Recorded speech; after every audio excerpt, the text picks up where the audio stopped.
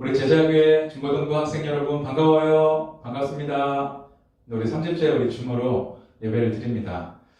여러분 지난 한 주간 잘 지냈죠? 지난 한 주를 돌아볼 때 아쉬운 것이 많을 수도 있고 또 코로나 때문에 좀 지루하고 따분했을 수도 있지만 여러분 그럼에도 불구하고 코로나로부터 안전하게 한 주간 잘 지냈고 또 은혜 가운데 살게 하신 우리 하나님께 우리 박수로 감사와 영광을 하나님께 드리겠습니다. 네, 하나님 감사합니다. 네, 여러분 정말 2020년이 얼마 남지 않았어요. 2주만 지나면, 2주도 아니죠. 이제 10일 정도만 지나면 이제 2021년이에요. 한 해를 정말 잘 마무리하고 정말 힘차게 또 새롭게 2021년 한 해를 우리가 시작할 수 있기를 바랍니다. 오늘 설교 제목은 하나님께 감사하기예요. 하나님께 감사하기. 여러분 지금은 우리가 코로나 때문에 해외여행을 가지 못하지만 여러분은 그래도 다른 지역의 우리 친구들보다 그래도 해외 나가본 경험이 많지 않나요? 특히 미국과 같은 서양에 가면 우리나라와 다른 여러 가지 어떤 그 문화를 경험하게 됩니다. 예를 들어서 미국에 가면 한 두 가지를 얘기해 볼 텐데 미국에 가면 좀 이렇게 당황스러운 문화가 있어요. 팁 문화죠. 10,000원짜리를 먹으면 나중에 나갈 때 얼마를 내야 되죠? 최소한 10%에서 평균 20% 정도의 팁을 내야 돼요. 그러니까 우리가 10,000원짜리, 20,000원짜리 밥을 먹으면 내는 돈은 그거보다 훨씬 많은 12,000원, 24,000원 그렇게 팁을 내야 되는 거예요. 그러니까 얼마나 아까워요. 우리가 먹은 것도 아닌데 그렇게 막 10%, 20% 플러스가 되는 거예요. 그래서 돈이 없는 사람들은 서빙하는 팁을 의무적으로 줘야 하는 그런 식당이 아니라 그냥 이렇게 바로 자기가 직접 서빙해서 픽업해서 먹는 그런 피자나 그런 약간 인스턴트 음식을 많이 먹기도 하죠. 그리고 또 다른 문화적인 차이가 뭐냐면 특히 여러분 미국에 가면 어디서나 들을 수 있는 말이 있어요. 그 말이 무엇일까요? 그 단어가 뭐예요? 단어 두 개로 하면 땡큐라는 표현이에요. 땡큐. 땡큐라는 말은 고맙습니다, 감사합니다. 여러분 그런 말이잖아요. 처음에 이런 그 표현을 접하면 또 누구나 다 나에게 어디를 가든 땡큐. 아저씨도 나 같은 청소년한테 나 같은 중학생 1학년 한국에서는 너 저리가 뭐야 막 그러는데 미국에서는 다 대우해 주는 거죠. 땡큐라고 표현하고 고맙습니다, 감사합니다 얘기를 하는 거예요. 그래서 우리가 미국에 가게 되면 정말 문화가 다르구나, 정말 선진국은 선진국이구나 이렇게 생각을 하는 거죠. 그래서 목사님도 미국에 한 2년 동안, 올해는 아니고 한 2년 있었는데 그래서 너무나 그게 좋아서 만나는 사람마다 어디를 가든 아는 사람이든 모르는 사람이든 땡큐라는 표현을 많이 썼어요. 이메일을 보낼 때에도 앞에 땡큐 이렇게 써서 보내기도 하고 항상 받으면 땡큐라는 표현이 적혀서 오는 거죠. 근데 이제 한 번은 목사님이 이제 거기 있던 그 학교 관계자에게 이메일을 통해서 작은 부탁을 할 일이 있었어요. 다음날 바로 답장을 받게 되었는데 그 답장의 맨 앞에 역시 땡큐라는 표현이 있었어요. 그래서 이렇게 메일을 나에게 보내서 고맙습니다 이런 표현이 있는 거예요. 그래서 그 문구를 보고서 이제 내가 부탁한 게 이분이 잘 이해하고 잘 이제 들어주겠구나 이제 기대를 가지고 내용을 읽었는데 전혀 다른 거예요. 목사님이 쓴 메일의 내용을 거의 보지도 않았고 당연히 긍정적인 답변이 아니었죠. 그러니까 오히려 그 앞에 땡큐라는 표현이 없었다면, 고맙습니다라는 표현이 없었다면 훨씬 나은 거죠. 목사님도 그분한테 답변을 보냈어요. 당신의 친절한 답변에 정말 정말 감사를 드립니다. 그 다음에 본문의 내용은 여러분의 상상에 맡기겠어요. 목사님이 그 메일을 읽으면서 고맙습니다, 감사합니다, 땡큐 라는 그 표현이 오히려 되게 불편했던 그 감정이 오늘 우리가 읽은 본문에서 하나님께서 이스라엘 백성에게 느끼신 그 감정과 그 불편함과 좀 비슷하지 않나 이렇게 생각을 합니다. 오늘 본문에서 하나님께서 말씀하세요. 22절에 보면 뭐라고 말씀하시죠? 하나님을 잊어버린 너희여 이제 이를 생각하라. 그렇지 아니하면 내가 너희를 찢으리니 건질 자 없으리라. 하나님께서 지금 누구에게 하나님을 잊어버린 너희여 너 하나님을 잊었어. 너 나를 잊었어. 하나님께서 누구에게 지금 말씀하시는 거죠? 네, 이방 민족에게 말씀하시는 것이 아니에요. 어디 이슬람에게 말씀하시는 게 아니라는 거예요. 하나님께서 지금 이스라엘 백성에게 하나님께서 택하셨고 구원하신 이스라엘 백성에게 지금 이렇게 말씀하고 계시는 것이에요. 그러니까 아마 이 말을 듣고 이스라엘 백성들은 아마 정말 벙쪘을 거예요. 하나님 내가 언제 하나님을 잊었습니까? 하나님 내가 언제 하나님을 잊었어요? 하나님 제가 바로 하루 전에 제가 제 양을 잡아서 우리 양을 잡아서 하나님께 제사를 드리지 않았습니까? 심지어 우리는 지금까지 한 주도 빼놓지 않고 매주마다 또 매 절기마다 하나님께 나아오지 않았습니까? 수많은 양과 수많은 소, 수많은 그 곡물과 가축을 그 곡물을 하나님께 바치지 않았습니까? 하나님께서 이렇게 말씀하시는 거예요. 내가 너희를 찢으리니 너희가 나를 잊었느니라. 하나님께서 왜 지금 이스라엘 백성들에게 너희가 나를 잊었어? 왜 이렇게 말씀하실까요? 이스라엘 백성들은 예배에 항상 참석했고 예배에 빠진 적이 없고 항상 헌금을 드렸고 봉사도 했는데 왜 하나님께서는 지금 이스라엘 백성들에게 너희가 나를 잊었어? 라고 말씀하실까요? 우리는 그 이유를 23절에서 찾을 수가 있습니다. 한번 읽어볼게요. 감사로 제사를 드리는 자가 나를 영화롭게 하나니. 무슨 말이냐면 이스라엘 백성들은 외형적으로 하나님께 많은 것을 헌신했지만 예배도 드렸고 헌금도 했지만 하나님의 눈에는 실제로 그들이 단 한 번도 정말 진심으로 정말 마음으로 하나님께 감사한 적이 단 한 번도 없었다는 것이에요. 하나님 정말 감사합니다. 하나님 진심으로 정말 감사합니다라고 정말 고백했던 그 적이 한 번도 없었다는 것이에요. 우리는 하나님과 이스라엘 백성들 사이에 생각의 차이가 있다는 것을 알 수가 있어요. 이 생각의 차이는 굉장히 큰 거죠. 모든 문제는 우리의 생각과 하나님의 생각이 다르다는 데 있어요. 이스라엘 사람들은 그들이 하나님께 제사를 드리기 위해 가져왔던 양과 소와 모든 곡물과 그 모든 것들을 자신의 것이라고 생각한 거예요. 자신이 땀 흘려서 자신이 일해서 하나님께 드린 자신의 것이라고 생각한 거예요. 근데 하나님은 그렇게 생각하지 않으세요. 하나님은 비록 그들이 땅을 파서 얻은 곡물이지만 그들이 키운 소지만 그 모든 것들이 심지어 이스라엘 그 백성들 그들 자신조차도 하나님 자신의 것이라고 생각하고 계시는 것이에요. 그래서 같은 장 시편 50편 10절에서 11절을 보면 이렇게 말씀하세요. 이는 살림의 짐승들과 못 산의 가축이 다 내 것이며 산의 모든 새들도 다 내가 아는 것이며 들의 짐승도 내 것이미로다. 다 하나님의 것이라는 거예요.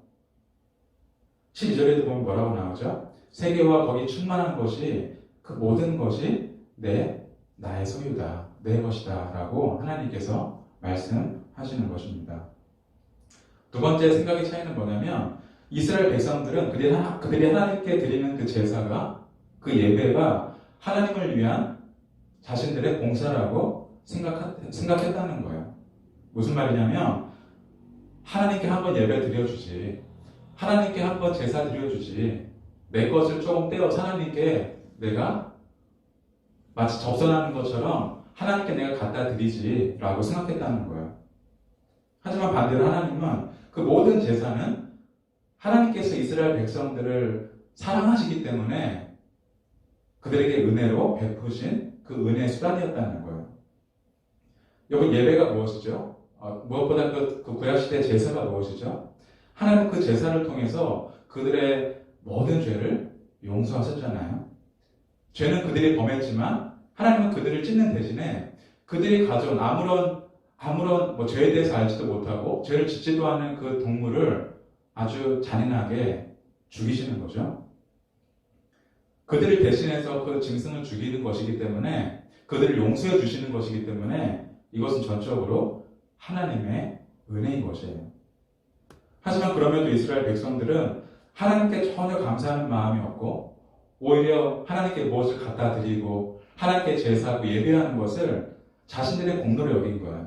하나님의 은혜를 인정하지 않은 거죠. 하나님께 그렇게 감사하는 마음이 없었다는 거예요. 하나님을 경외하는 마음도 없고, 그러니까 제사에 나오긴 하지만 실제로 집에 돌아가면 바로 죄를 짓는 거죠. 자기 마음대로 사는 거예요. 하나님께서 그들에게 뭐라고 말씀하십니까? 하나님께 감사하지도 않고 하나님을 경외하지도 않는 그들에 대해 하나님께서 뭐라고 말씀하세요? 이제 난 더 이상 너의 가축을 찢지 않을 것이다. 대신에 정말 나 하나님의 공의대로, 하나님의 정의대로 이제는 너희를 찢을 것이다. 이렇게 말씀하시는 것입니다. 사랑하는 여러분, 이것을 우리에게 적용하면, 여러분, 우리 중에 누가 하나님께서 우리에게 제공해 주시는 것 없이 우리가 단 1분, 단 1초라도 살 수가 있을까요? 어떤 사람은 불평합니다. 나는 너무 가난해요. 우리 집은 정말 가난해요. 다른 친구들은 다 좋은 학원 다니는데 저는 좋은 학원 다닌 돈이 없어요. 저는 과외도 받은 적이 없어요. 어떤 사람은 자랑합니다. 나는 부자라서 괜찮아. 나는 공부를 잘하기 때문에 나는 그냥 스카이를 갈 수가 있어. 하나님이 필요하지 않아. 이렇게 생각을 할 수가 있죠. 하지만 그렇지 않아요. 우리가 조금만 생각해보면 하나님께서는 우리가 이 땅을 사는 데 있어서 가장 중요한 생명과 관련된 그 모든 것을 우리에게 모두 선물로 주셨다는 것을 우리가 알 수 있지 않습니까? 너무나 많지만 예를 들어서 세 가지만 얘기하면 밝은 햇빛과 공기와 물이에요. 우리는 여러분 집 밖에만 나가면 밝은 햇빛을 맞을 수가 있어요. 공기로 숨을 쉴 수가 있어요. 또 우리에게 물이 있어요. 여러분 이 햇빛과 또 공기와 물이 없이 단 1초라도 살 수 있는 사람이 한 사람이라도 있습니까? 그렇지 않아요. 가장 중요해요. 생명과 관련된 것이에요. 하지만 하나님은 이 모든 것을 우리에게 누구에게나 무료로 주신 것이죠. 따라서 아주 가난한 사람도 하나님 나에게 해준 게 무엇이 있습니까? 라고 말할 수 없는 거예요. 아무리 부자도, 아무리 공부를 잘하는 사람도 나는 하나님 도움이 필요 없어. 나는 하나님께 감사할 것이 아무것도 없어. 내 힘으로 다 한 거잖아. 라고 말할 수 있는 사람이 단 한 사람도 없다는 것이에요. 여러분 한번 생각해 보세요. 정말 그렇지 않습니까? 모든 사람이 생각해보면 하나님 정말 감사합니다. 하나님 고맙습니다. 라고 고백할 수밖에 없다는 것입니다. 여러분 이제 이번 주 금요일이 성탄절이에요. 성탄절을 통해서 우리가 하나님께 무엇을 감사할 수 있습니까? 하나님께서 우리를 위해서 예수 그리스도를 이 땅에 보내신 것에 대해서 우리는 감사해야 합니다. 하나님은 우리의 죄를 해결해 주시기 위해서, 우리를 천국 백성 삼으시기 위해서, 우리에게 영원한 천국을 주시기 위해서 우리를 찢는 대신에 하나님의 아들을 이 땅에 보내셨고 그분을 대신 찢으셨다는 것이에요. 저와 여러분이 하나님의 큰 심판과 진노를 받지 않게 하시기 위해서 하나님은 그 아들을 대신 십자가에 달아놓고 찢으셨다는 것입니다. 여러분 그것이 나와 무슨 상관입니까? 라고 말하지 않겠죠? 하나님의 은혜예요. 하나님의 사랑입니다. 여러분 따라서 우리는 하나님께 정말 감사해야 돼요. 우리가 가지고 있는 모든 것, 우리가 지금 누릴 수 있는 모든 것, 작은 것에서부터 큰 것까지 그 모든 것에 대해서 하나님 정말 감사합니다라고 고백해야만 한다는 것이에요. 여러분 우리는 이렇게 우리의 모든 상황 가운데 감사해야 하지만 특별히 감사해야 할 순간이 있습니다. 그때가 언제일까요? 고난을 받을 때 우리는 하나님께 감사해야 합니다. 여러분 누가 어려운 상황 가운데 있을 때, 누가 고통받을 때, 누가 고난받을 때 어떻게 감사할 수 있을까요? 아마 하나님을 믿지 않는 사람들은, 하나님을 모르는 사람들은 말도 안 된다고 생각할 거예요. 하지만 그렇지 않습니다. 여러분 우리는 성경에서 사도 바울의 이야기를 통해서 우리가 어떻게 고난 가운데 감사할 수 있는지를 생각할 수가 있어요. 여러분, 사도 바울은 굉장한 사람 아닌가요? 사도 바울은 여러분이 부러워하는 모든 것을 다 가지고 있는 사람이에요. 하지만 그에게는 굉장히 큰 병이 하나가 있었다고 합니다. 그 병이 무엇이냐면, 많은 학자들은 그것이 간질병이었을 거라고 생각을 해요. 간질병은 뭐죠? 갑자기 자제력을 잃고 막 손을 떨고 몸을 비틀고 침을 흘리며 거품을 물고 쓰러지는 병이잖아요. 여러분, 사도 바울의 직업이 사도잖아요. 예수님의 제자예요. 사도예요. 그 앞에 나와서 말씀을 선포하고 사람들 앞에 쓰는 일인데, 막 얘기하다가 말씀을 선포하다가 갑자기 막 넘어지고 눈이 돌아가고 침을 흘리고 몸이 꼬이고 그런 일이 있었다는 거예요. 그러니까 여러분, 사도 바울이 얼마나 그 하는 일 가운데 얼마나 큰 수치감을 느끼고 얼마나 큰 좌절감을 경험했을지 상상이 되지 않습니까? 고린도후서 16장 6절에 보면 이렇게 말씀하고 있어요. 내가 비록 말에는 부족하나 지식에는 그렇지 아니하니. 사도 바울이 고백해요. 나는 말에는 부족하다. 내가 말할 때는 나는 좀 부족해.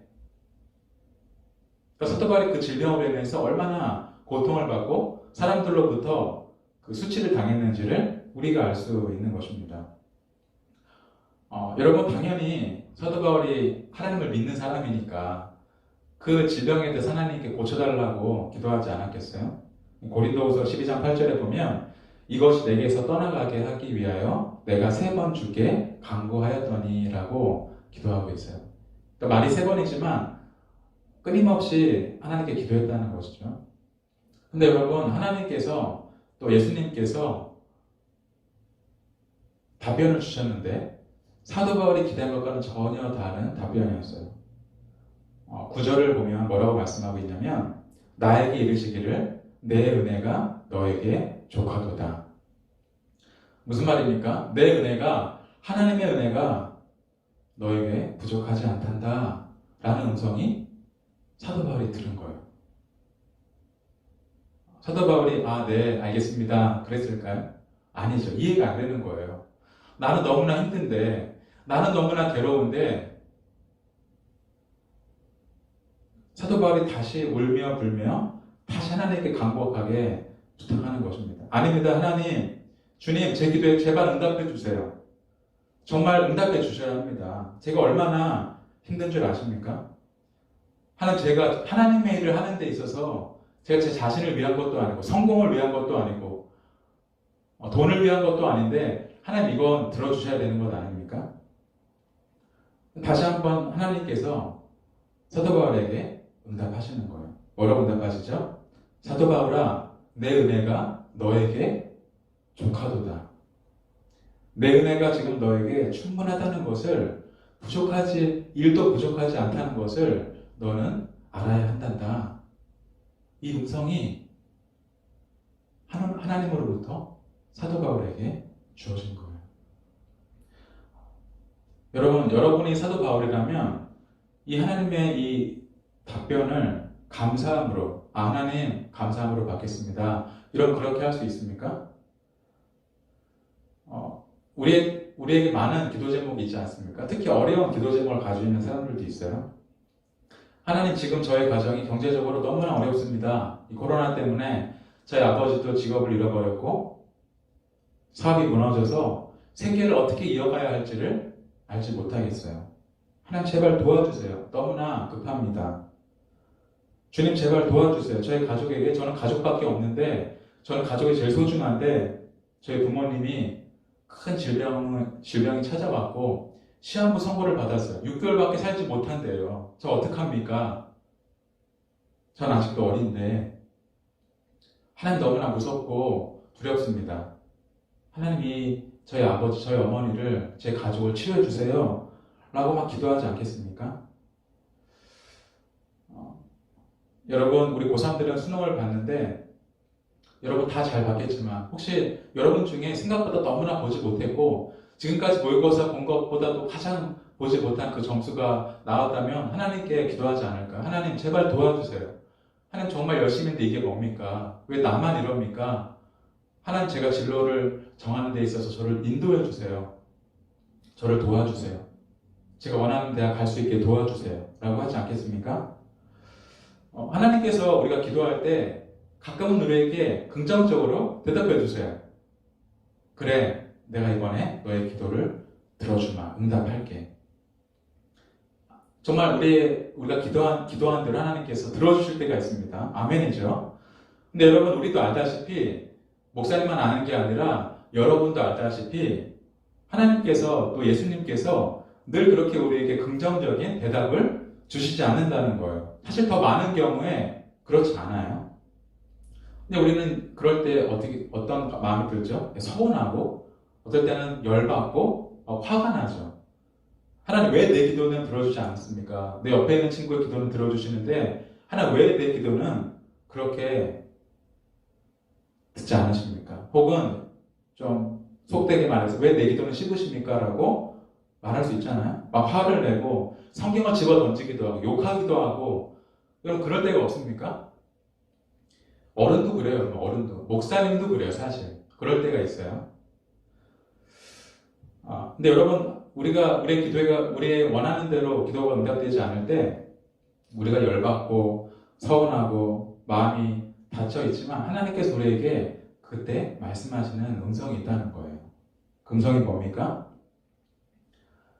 지금 내 은혜가 너의 삶에 조금도 부족하지 않단다.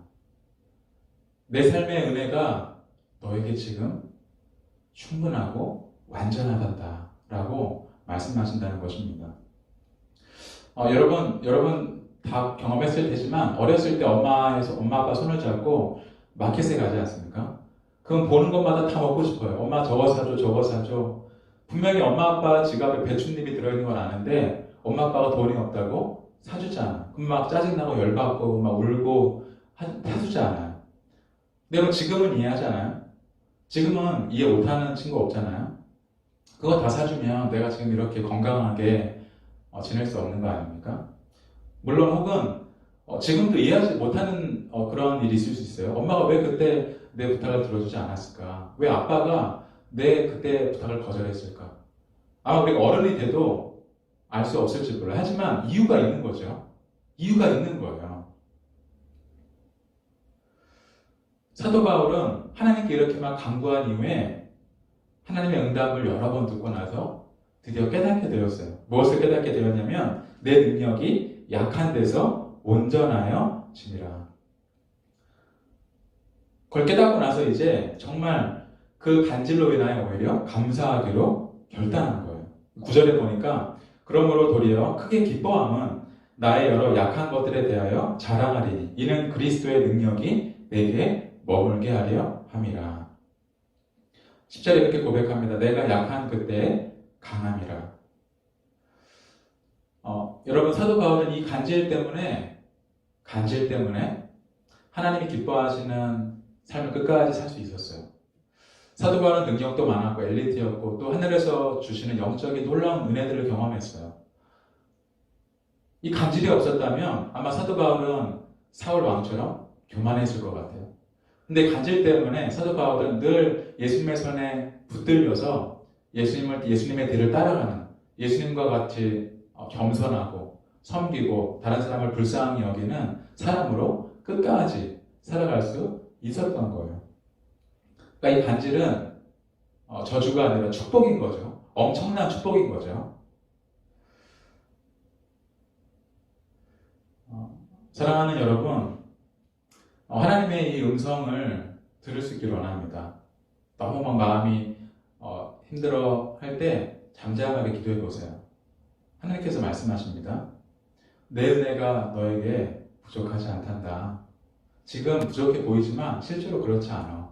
내 은혜는 너에게 지금도 충분하단다 라고 말씀하시는 것입니다.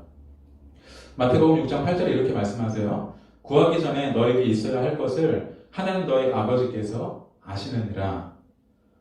로마서 8장 32절 이렇게 말씀하십니다. 자기 아들을 아끼지 아니하시고 우리 모든 사람을 위하여 내주시니가 어찌 그 아들과 함께 모든 것을 우리에게 주시지 아니하겠느냐. 하나님께서 우리를 얼마나 엄청나게 정말 상상할 수 없을 정도로 저와 여러분을 사랑하신다는 사실을 우리가 안다면 우리는 그 어떤 상황 가운데, 특별히 고난 가운데에서도 하나님께 감사할 수 있는 것입니다.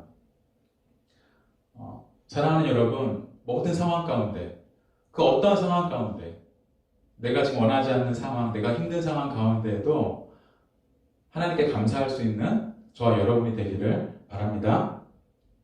이제 우리가 이렇게 하나님께 항상 감사해야 하는데, 이런 마음만으로 감사하면 안 됩니다.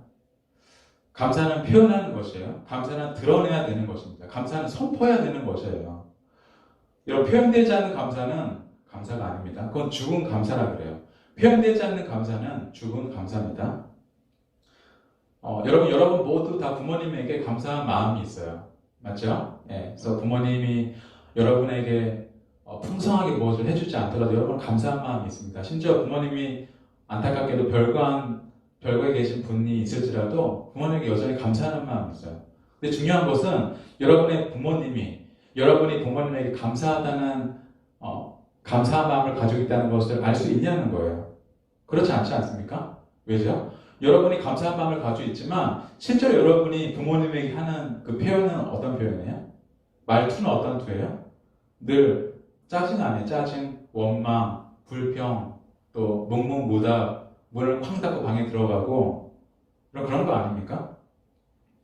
그러니까 마음은 그렇지만 여러분이 표현하는 건 늘 그렇다는 거예요. 그러니까 여러분의 부모님은 여러분이 내 자녀가 나한테 감사한 마음이 없구나라고 생각하신다는 거죠. 하나님과의 관계도 마찬가지예요. 설교를 들으면 하나님 말씀을 읽으면 하나님 고마운 분이구나, 하나님 감사한 분이구나, 하나님 날 구원해 주셨구나, 하나님 나에게 모든 것을 공급해 주시는구나 알지만 표현하지 않으면 하나님께서 모르신다는 거죠. 여러분이 마음으로 그렇게 감사하지만 실제로 여러분이 하나님께 표현하는 건 뭐예요? 여러분의 생활 가운데 나오는 단어는 뭐예요? 에이 짜증나, 에이 이게 뭐야, 에이 재수없어, 난 운이 없나 봐, 이런 말이 여러분의 입에서 나오는데 하나님께서 어떻게 여러분의 그 마음을 알 수가 있습니까? 그래서 하나님께서 데살로니가 전서 5장 16절 17절에서 우리의 일상생활 가운데 반드시 있어야 할 세 가지에 대해서 말씀하세요. 무엇입니까? 항상 기뻐하라, 쉬지 말고 기도하라, 그 다음에 범사에 모든 일에 감사하라, 이렇게 말씀하세요. 모든 일에 감사하라고 우리에게 말씀하십니다. 어떻게 여러분 우리가 모든 일에 감사할 수 있을까요? 팁이 있는데 정말 중요한 팁입니다. 숨은 감사의 제목을 찾아서 하나님께 감사하는 거예요. 우리의 본성은, 우리의 마음은 사실 항상 삐뚤어져 있잖아요. 그러니까 감사가 쉽게 나오지 않는다는 거예요. 그렇기 때문에 우리는 감사의 기도 제목을 숨은 것을 찾아내야 돼요. 우리는 우리 일상에서 숨은 감사의 기도 제목을 쉽게 찾아낼 수가 있습니다. 여러분 이 예화 알지 않습니까? 컵에 물을 반만 채워놨을 때 어떤 사람은 그걸 어떻게 표현하죠? 이 컵에 물이 반밖에 없네. 부정적으로 생각하는 거예요. 다른 사람은 어떻게 생각하죠? 이 컵에 물이 반이나 차 있네. 감사하는 거죠. 감사할 수 있는 거예요. 목사님도 아내와 함께 자기 전에 그날의 감사 제목을 5개씩 서로 나누고 잡니다. 항상 부족해요. 5개로 부족하다는 거예요. 그러니까 5개 이상이라는 거죠. 너무 많아요. 오늘 하루도 건강하게 지내서 감사합니다. 말씀 묵상할 수 있어서, 기도할 수 있어서 감사합니다. 또 여러 가지 감사했지 않습니까? 그러니까 숨어있는 감사 제목을 찾으면 우리 날마다 하나님께 감사할 수 있다는 거예요. 여러분 정말 이 숨은 감사를 찾아서 하나님께 감사하면 우리의 삶이 변화되는 것이죠. 우리의 마음이 긍정적으로 바뀌는 것이에요. 그래서 여러분 감사와 관련된 문구 중에 여러 가지 문구가 있는데 3가지만 한번 따라했으면 좋겠습니다. 먼저는 감사하면 행복합니다. 따라해볼까요? 감사하면 행복합니다. 2번째는 감사하면 기적을 경험합니다. 시작. 감사하면 기적을 경험합니다. 3번째는 감사하면 감사한 일이 생깁니다. 시작. 감사하면 감사한 일이 생깁니다.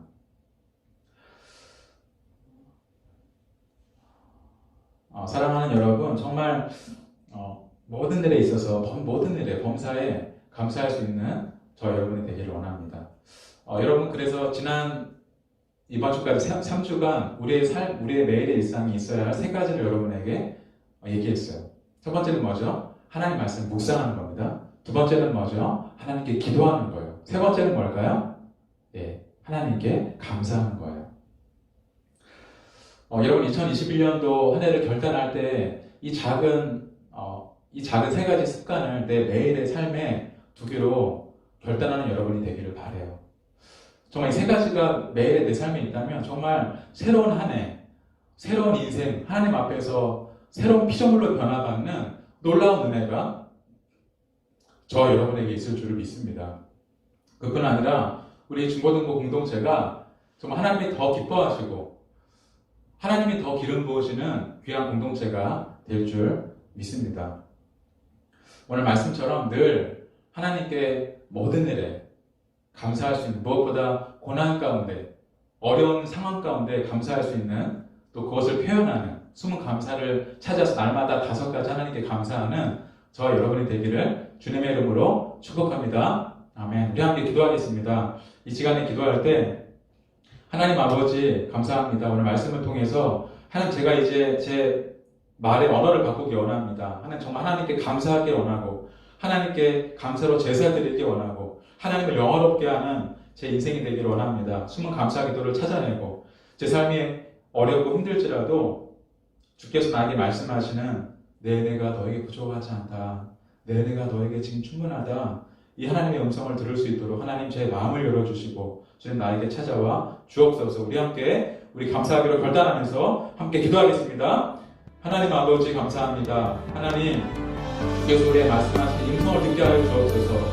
감사로 제사를 드리는 자가 나를 영화롭게 하나니 감사로 제사를 드리는 자가 나를 영화롭게 하나니 하나님 아버지 이스라엘 백성들 날마다 하나님 앞에 나아가 제 예배하고 제사 드리고 많은 것들을 갖다 드렸지만 하나님께서 그들에게 너는 나를 잊어버렸다. 너희는 나를 버렸어라고 말씀하시는 아버지 그 책망이 우리에게 있지 않기를 원합니다. 날마다 하나님께 감사함으로 모든 일에 하나님께 감사함으로 무엇보다 고난 가운데 감사함으로 하나님을 영화롭게 하는 우리 지혜를 되기를 원합니다. 아버지 고난 가운데 주님 우리에게 말씀하십니다. 내 은혜가 너에게 부족하지 않다. 내 은혜가 너에게 지금 충분하다는 것을 너가 알아야 한다. 아버지 음성을 우리 학생들과 우리 모든 지체들이 아버지 은혜 가운데 기도하는 중에 들을 수 있도록 마음의 문, 영의 문을 열어주시기를 원합니다. 모든 상황 속에서 하나님께 감사하게 하시고 하나님께 기도하게 하시고 아버지 앞에 나아갈 수 있도록 인도하여 주십시오. 약한 데서 강하여집니다. 오 하나님 겸손한 데서 강하여집니다. 아버지께 더 귀하게 쓰임받는 우리 모든 학생들 되기를 원합니다. 2021년도 모든 원망과 불평과 짜증의 말을 끊어내고 감사와 아버지 하나님 고백에 기도가 넘치는 한 해가 되게 하여 주옵소서. 우리 주보다가 그런 아버지 주님께서 기뻐하시고 하나님 영화롭게 하는 공동체로 거듭나기를 원합니다. 감사하는 공동체가 되기 원합니다. 날마다 5개씩 하나님께 감사 기도드리고 숨은 감사를 찾아 하나님께 고백하는 아버지 그냥 우리 학생들, 우리 교사분들, 우리 모든 지체 되기를 아버지 간절히 바라고 기도합니다. 하나님 주신 은혜가 얼마나 큰데 하나님 얼마나 좋으신 분인데 하나님 날마다 감사로 주님 앞에 나아갈 수 있도록 우리의 마음을 주장하여 주옵소서. 이제는 우리를 사랑하시는 주 예수 그리스도의 은혜와 하나님의 사랑과 놀라운 성령의 교통하심이 오늘 말씀을 따라서 하나님께 감사로 진심으로 하나님 감사합니다. 하나님 고맙습니다. 라고 날마다 고백하기를 원하는 무엇보다 고난 가운데 더 감사하기를 원하는 사랑하는 우리 모든 청소년 학생들 머리 위에 교사분들 머리 위에 지금부터 영원히 함께 있을지어다. 아멘.